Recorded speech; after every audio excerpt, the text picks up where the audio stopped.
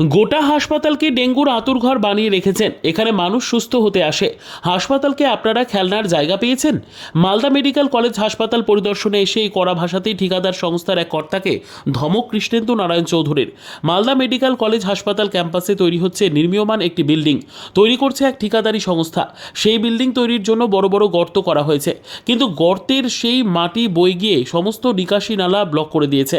সেই সঙ্গে বড় বড় গর্তে কোথাও এক মানুষ তো কোথাও হাঁটু জল জমে রয়েছে, আর তা থেকেই ছড়াচ্ছে ডেঙ্গু।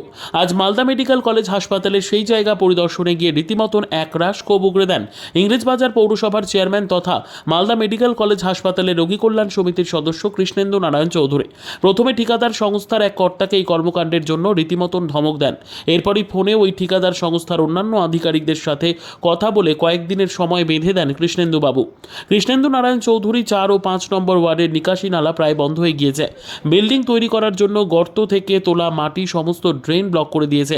সেই সঙ্গে গোটা হাসপাতালে জমে রয়েছে জল। আমরা কয়েকদিনের সময় দিয়েছি, না হলে ওই ঠিকাদারের বিরুদ্ধে কড়া ব্যবস্থা নেওয়া হবে। কারণ বর্ষার মরশুম শুরু হয়েছে আর জমা জল থেকেই ডেঙ্গু ছড়ানোর আশঙ্কা থাকছে। তবে যদিও এই বিষয়ে ওই ঠিকাদার সংস্থা ক্যামেরার সামনে কিছু মন্তব্য করতে চায়নি। দিন ধরে প্রবল বৃষ্টি হচ্ছে, যদিও আমরা আউটফল ক্লিয়ার করে দিচ্ছি, জল বেরাচ্ছে, কিন্তু ইনার ড্রেনগুলো ওনারা এখানে কাজ করছেন, সেই কাজের কোনো মূল্যায়ন নাই। আপনারা দেখেন এখানে গর্ত হয়ে আছে, এখানে ডেঙ্গু প্রোন হয়ে গেছে, ব্লিডিং হচ্ছে দেখছি আমরা। আমাদের লোকাল কাউন্সিল অনেকবার কমপ্লেন করেছে।